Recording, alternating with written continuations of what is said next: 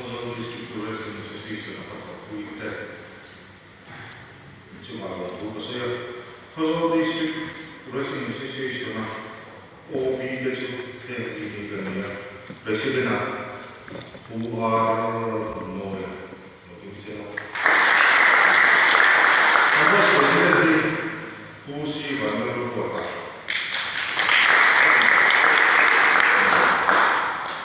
Secretary Puuhaaralla saatiin ja Joan Assistant Secretary Puu Zonzao.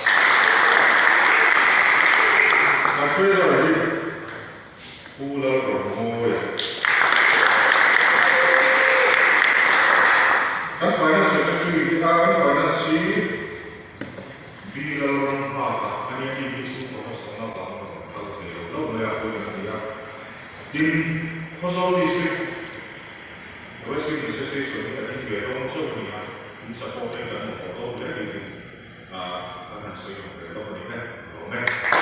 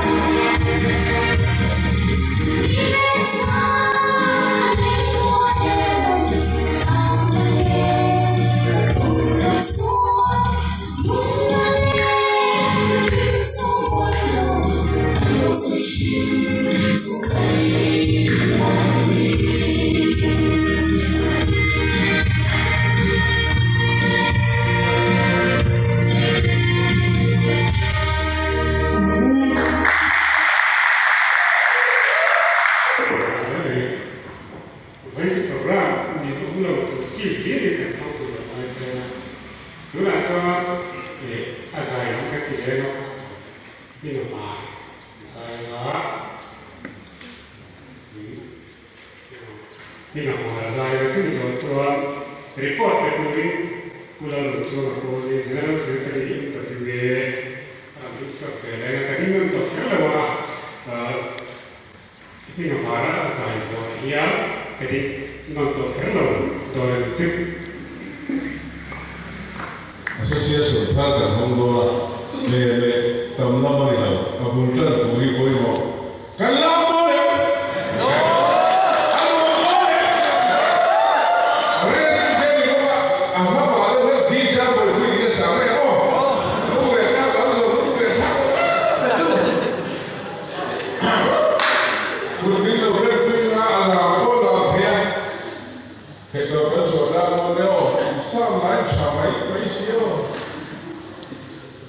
tiệm đó là chiếc luôn đó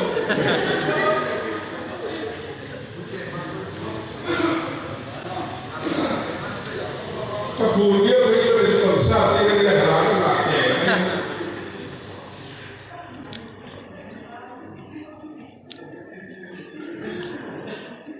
đi cho bởi quỷ cái đó đâu với đi xin tiền đó Rescue Association Thakar Hondoa kan limtu ni kan buat ni rescue ni izin berkah ni tinggi dan kenam tu dia apa dah nanti ni oh leader no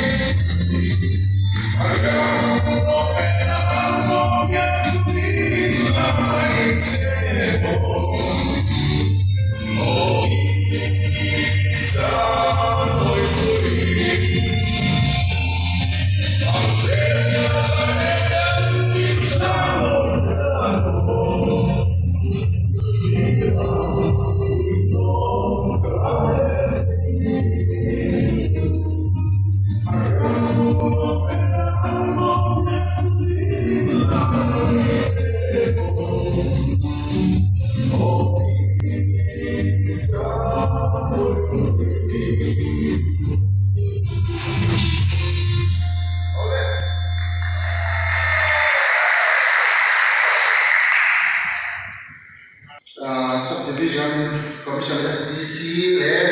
District Sport and Youth Division DSYU who are the blue MCS to my brother and for clan showing way me or like for my brother and CSA showing that in the right by the report that company Amazon report and the air and ship and so the Mamita Chatukan Mahali Kuranti Kataman and so many initiative Pokan Dila. I begin Mizoram Wrestling Association to China, so you must have again. Mizoram Wrestling Association, again, the District Wrestling Association, can think of Mua is all. Serti polisi saya mamit mulai sampai and over. Tuan ahian pahir dari Kosong District Wrestling Association di Nalau Leta,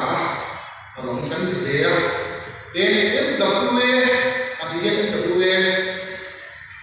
hitam campur takkan dia. Cemitan dan winoi artikel dance. Pesok sumbi pali dan dia sudah campur campur kan dia minta suaya. Cemitan macam MWA, cemitan pesok MWA dia mana yang boleh. Tin cemitan macam Kosong District Wrestling Association oh din dia MWA dan pasal nasab number 2 di Kosong District Wrestling Association din akan saya itu ini kedua ini Mizoram Sarkar buai Mizoram State Sport Council buai tanam apa in register kan dia MSSC kan yang kedua ini promotional fund kan tongmah cuma mampu cuma kan railroad pokoknya ikan saya kasih buat ini dicintakan kan join saya itu makan kan bukti dekat arontan itu ka min tira ma chu aronkal theng ko te hi anoma anfain kasial chu anlo din ngai ko chu kan tian kan sial shima president mu khansa kan senior vice president pul chu diana vice president manal ro ta general secretary ro chu ko ni joint secretary ma idima Assistant Secretary Zhou Sang, Treasurer Raja Simanaroti, Financial Secretary F. Elmer Soma. Dan dia pun bahagian MWA Adian dan Dolo yang dicakurin Patron Patung, Advisor sama Executive Committee Member Soma bahwa kan dia bukan dia. Jika MWA kong semua orang cuma itu bila kan supaya bisa support boleh kan share tu poin tu nak Kosong District pun kan manhal itu poin kan saya cukup tu orang employer Mizoram Sport EMS macam tak nak buat ini kan kami sebenarnya kami kata lalu orang Mizoram State Sport Council kalau dulu tak tu naya kan report ni national apa employer Mizoram Sport macam hi tanah orang Kosong ni pak Kosong District Wrestling Association tidak ikut berdia dan lagi kenapa kami menghian EMS menghian akhorin soal coach untuk saya jadi kan siapa pun bawa India dalam soalnya kumsam di sebelum peraba Olimpik kenatuan jadi di Oktober ni kumasa Oktober ni kasam di sebelum pernikahan Indian Olympic Association cuan International Olympic ni nak kena nak kena doa. Sport ni kita, abis Mizoram kita dia apa ni kah? Ani, cuma ni macam Mizoram sekolah pun sport Olympic sam ni sebetulnya perkhidmat cuma EMS Employer Mizoram Sport ni apa mau ngata EMS tu program sama apa cukup dah. Mizoram State Council EMS MSSC EMS sekolah sport discipline apa sampai kita nak ikut oh kan saya nak MSSC dua sport association som thum pathum kan oma chumi zi nga chuan som ni pathum pathum chu le som ni pathum te zi nga chuan India ram chu mizo ten gold medal Olympic kan la ke khami ka atham chu ka ni chumi ya chuan EMS kan ti chu chumi chu ke ko ta sport EMS chuan ngai ven bi masa priority game kan ti wang chi kan pariya da thap chu le som tum chi zen pariya da thap chu le chumi chu race ni kan da tel tho ni chumi om si chu race ni ka tan hian khove Olympic gold medal shim kan la ke Mizoram sarkar hian min ring to ka EMS a priority a min na chu ani chumi chu a chhor tu khuwa khozo di singa tan hian Olympic sami som thum ba medal kan na ngai ke tu chapmen kan mai la ko yan khozo district wrestling association guru kan ta ani ole kan toy te kan sari la le kan ma India ram chu ko no in di si na tha ki Mizoram sarkar hian a le Mizoram infiam na ngai na tu kan dia medal la kan mu chi ani chu yang tu chuan Mizoram sarkar hian an sarkar kan ti ra ma tu an ma na chu tu na lam chu thei mal ma mai thi ko chi ko ma an ma na chen ka ta chu shi ko ge hey football da chu kan mai kal da weightlifting da ko kan mai kal na kham ti ka tu mai kan do thi ni ko ma mai ma se wrestling hian nakin public nga ka se ram bu ho emo ul le da chi ko medal kan ma the do ni ka she na ka mai kan bi chi ko bi ka kan ngai tu na kal ge ni de hian helai kan na te kum som ko na pa ko kan mai ke ni de hian Olympic medal kan the ni ka hem EMS ka kan sai ko ni khozo district wrestling moi tang ko medal kan the ni ka kan sai chi ko so ko sha kan to kan ta ma EMS di khung te EMS program ring zo mo sha cha apigin in klama no pang kumrian kum som pa ni ka basic coaching patrina coaching ni so pa chu ni dum da ga kum avai da ga sa ni ka pe ka chila kumrian ka tam ku so pa ni ka ni so pa ri ta ka chan ki kum sam ni som tum pa wa chuan an ta sa ni ru ru cha ka lai ani ku fa ani then coach bu ve ka ma chuan khozo district ko hian helai kan ve san ni ko ne kan du chuan di na sarkar ke tira sarkar hian EMS kemi ko he portal ma os ai je he ka ha ke na kan dai shi chiang ko mai la chumi EMS ke ko chuan VC EMS hoya coach kan tu le ka sia ya OIMA EMS hoya coach kan le ka sia ya chu khala ka tem portal la ya tu de la na pin ko ka a thor la ya coach kon thina ni chuan chu EMS coach chu so ka chu PPP mo ke public private partnership mo ke na ka ya सरकारी रिपोर्ट से सरकारी रिपोर्ट से ti na chuan country ke ko song equipment man ruo ka tu mo ka coach di tu ko de coach an ve va si mo fair le khenna le coach ni pe ko mon an ti le ji le kai de ni chu ka ka no tu ve chaw ma hei ko tlang ni tu ko tlang ni kan coach roi ne ka an ni tu kan ni ana ti ra tu ta PPP mo ki kan ku ani ken ato pera EMS ko hen biso fiam ni Olympic ka tele ni ko talen ne fiam ne bi ke chu sarkar scholarship le o kha ti chom do da jang ha a be chom se lo do ani EMS ka ka ni coach man choi ngai le kan ko ni ki aram la ji se ko elai ko kan pu te kan pi te fit fa sa uri kan ne chuwa ol sam so wa helaya kan naute kan fa te se rest na an ne fa ke ne EMS kan ne fa ta ngai ka lo tin kan sia chuwa ka ko karan ko mai ko so district president no in sala em da ku ya ku bi kan la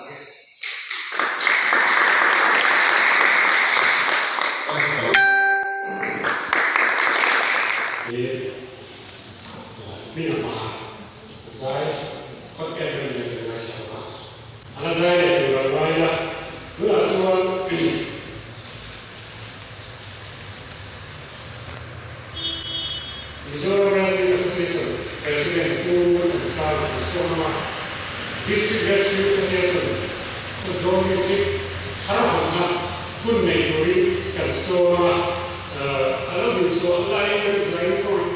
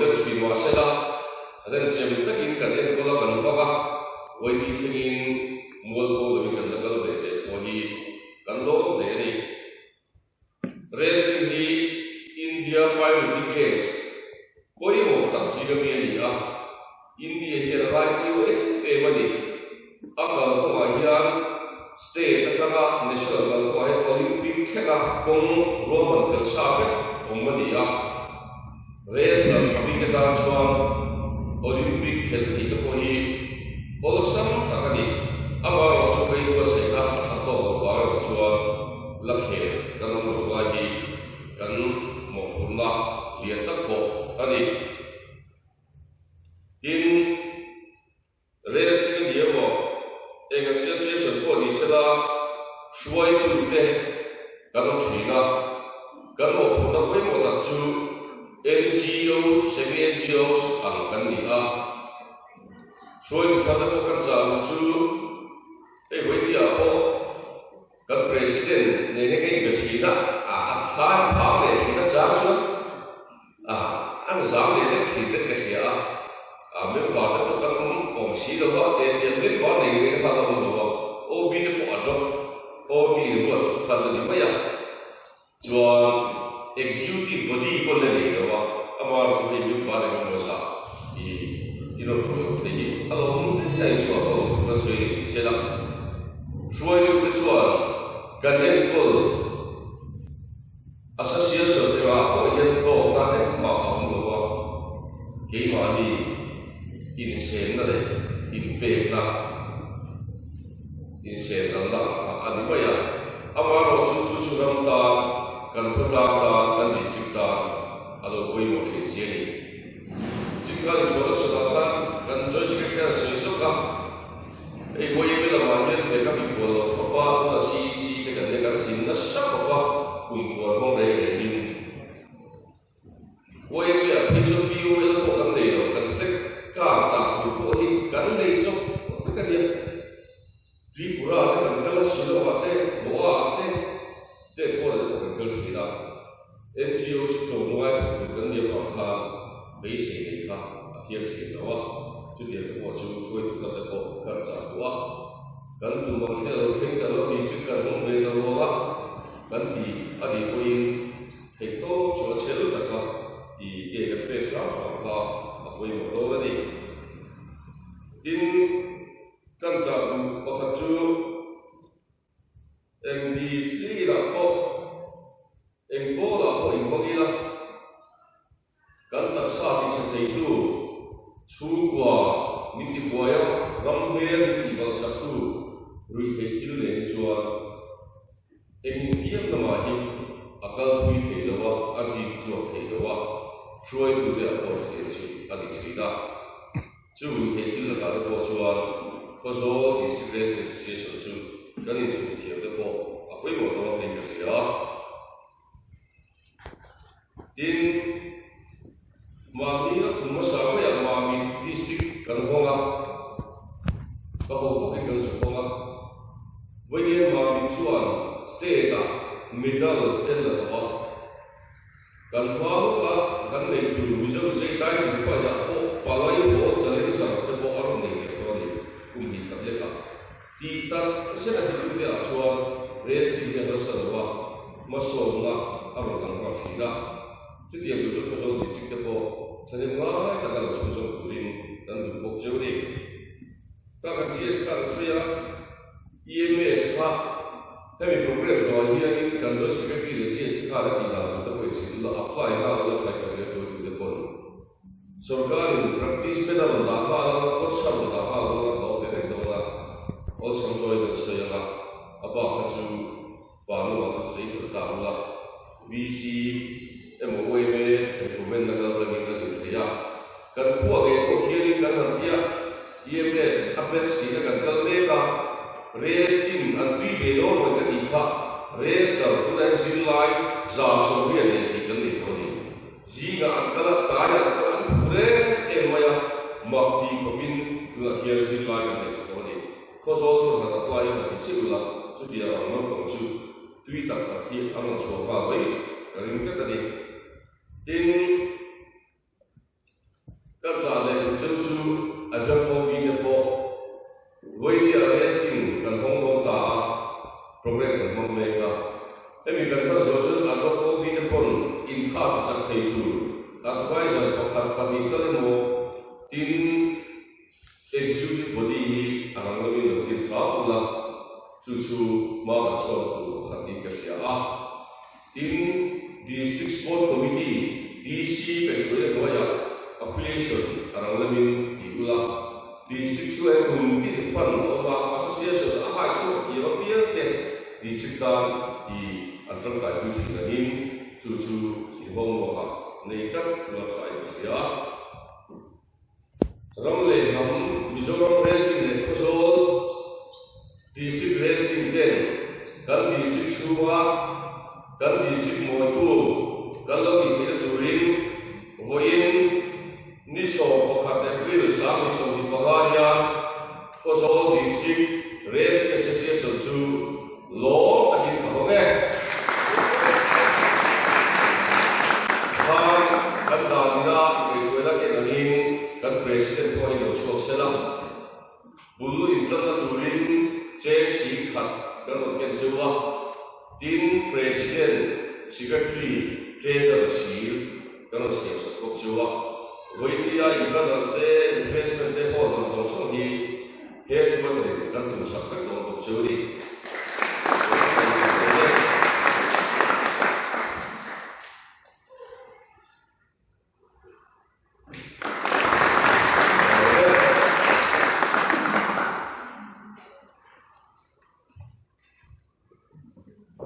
MWA President Paul was the service of Tanurama. That's a good way to see it. Travail there was up there. Malam pun cengkang saya ini Olympic Games ini nanti harus sekaya atau lain kerja. Guna tuan kan sola Kemudian Puan Justice District Service Chairman Lea, Veni dengan terkait kan lo Lea, kan kemudian soalnya minumah saya beri dan setelah guna kan kemudian soal.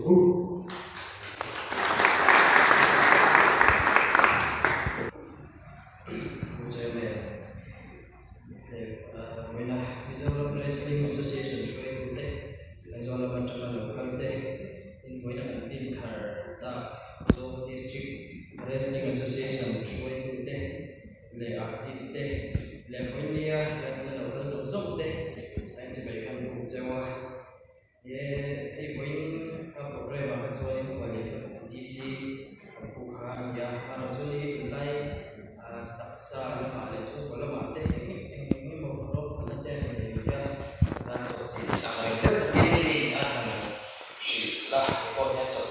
Dewi kan kalau dia buat saya tercah kalau dia siap nanti bukan mungkin masalah saya jadi saya tahu jual dari buat dia SDC di officer ini kawatin DSYO District Sports and Youth Officer kami kakak kopa jual District Sports Committee ini chairman di secretary kan ini dia kan saya masalah saya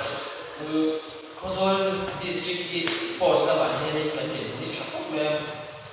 district kan nira district kan patut ni kai kalau district kan patut ni kai pun ini kan ini dia sahaja orang kan nak ada kalau main ini di film lah main kan kan ada sah ada tuan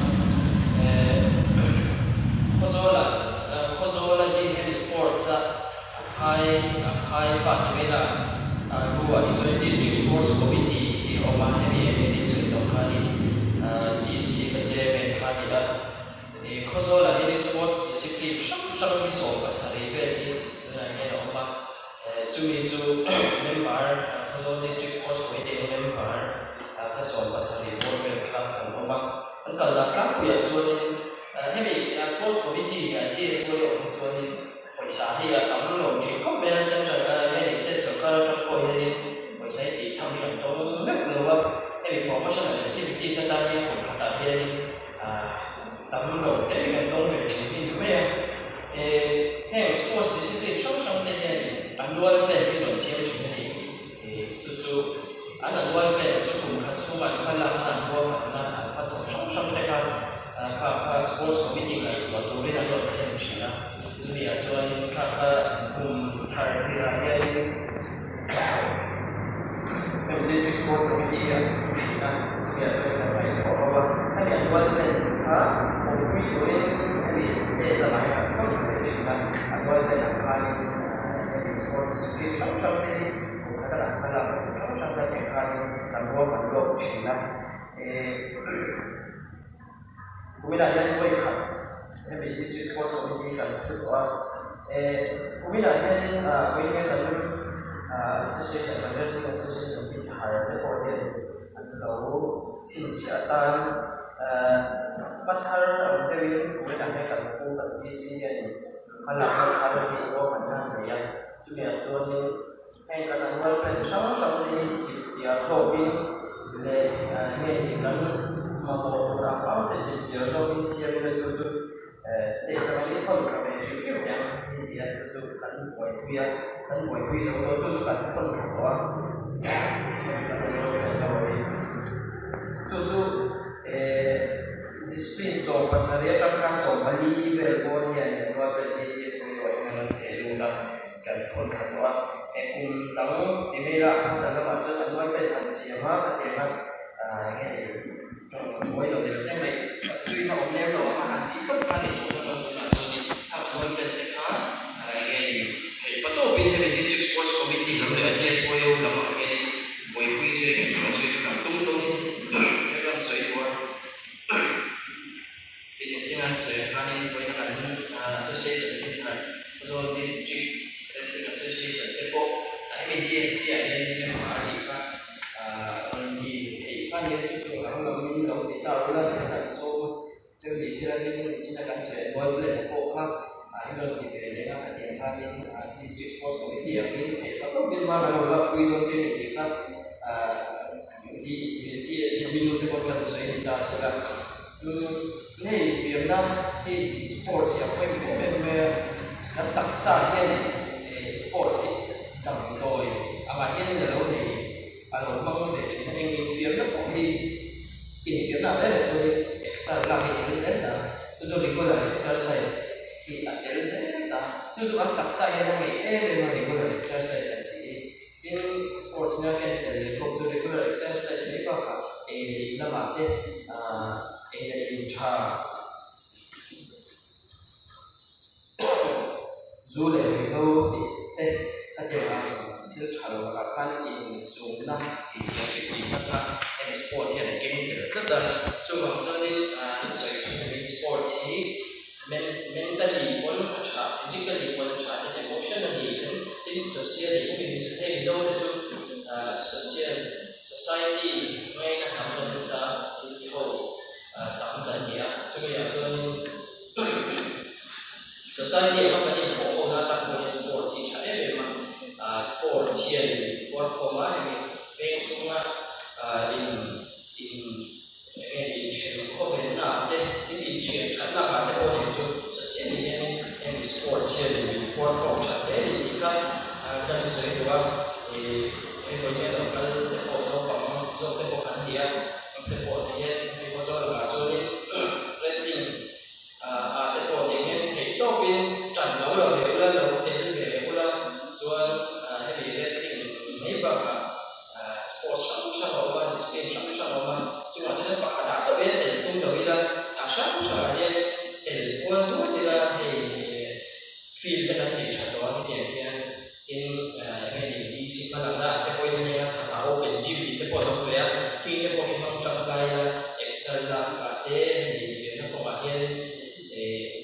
time jual dia dia kan saya boleh atau kalau district wrestling association di Thailand itu sangat berkenalan. Akhirnya ini district sports committee dari semua orang ini cantik bikin bahwa kuih banyak yang kuih dan orang yang akan sesuai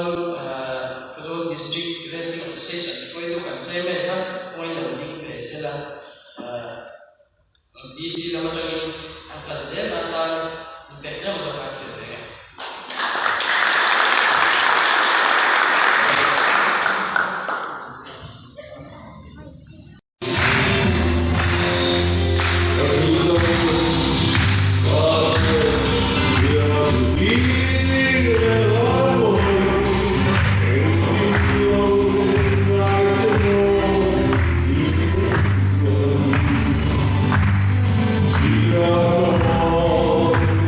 Yeah.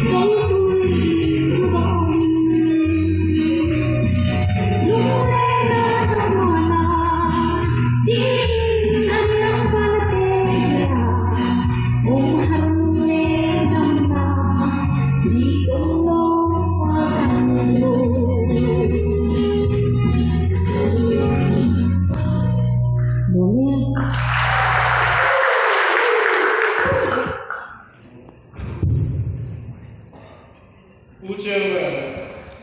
nan ko zong who care the review of FCS Mizoram Resident Association of the Holy Queen Kozol District Resident Showing the Monday Kanzai Kiam Sila Chonoi Kanzai Kiam that been him to Puming Hwan Hilai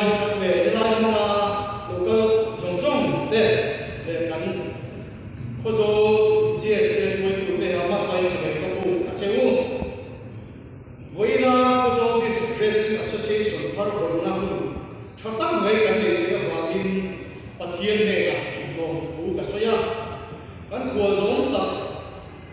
Pulau NCS SDC Kozol Tuma Dom Ukasoya Tin Kozol Resident Association down here and Kozol Zoning Akukatia Hey, in district in Hanbong and Iraq Kozon and basically I thought Resident Association Tapo here check out on the community. They MCS are posting them. Kozoli, Kozoli, I take it to Guania. That's not again Resident Tapo, Kerala, Mega, basically, Zubogani. Umur Hansa, Silo, President MWA, Kozoli District Association, on the Moon Chata, by in the Saka, Achuma, Lugan Soya. Pulau Jua Poli General Secretary MWA report will fight the Arabia to Mando and the PCC Mandal Party Treasurer MWA who said that can inform and consumes of the Pakian of Kuya along Melo Lugan Soya in Buena Saitia Pilot Suamoi Kalponte Katakami or the Galo Pekia. Ani America, ani now in California. As I said before, I don't hear Maya Chumalo, Soya, it put me in a marriage, Resident Association, I hear it, and do. As I call her Maya, Pataka, we go from the middle of the right to in Elia, Tulang Moya. President Kozol District Resident Association Chair Takami Manpai Fui Achu Ando and Moka in Abika in Kozol GSA Kuya Resident Association Harapona and Madi Ba we say that and make the running low blue kind of Soiboka in number 6 of this day Asarte some people in Soy takset boka atau peracuan in Jawa cuma lo buka soy manipal itu kalau mereka ya faham jom cuma apa kalau buka soy kalau me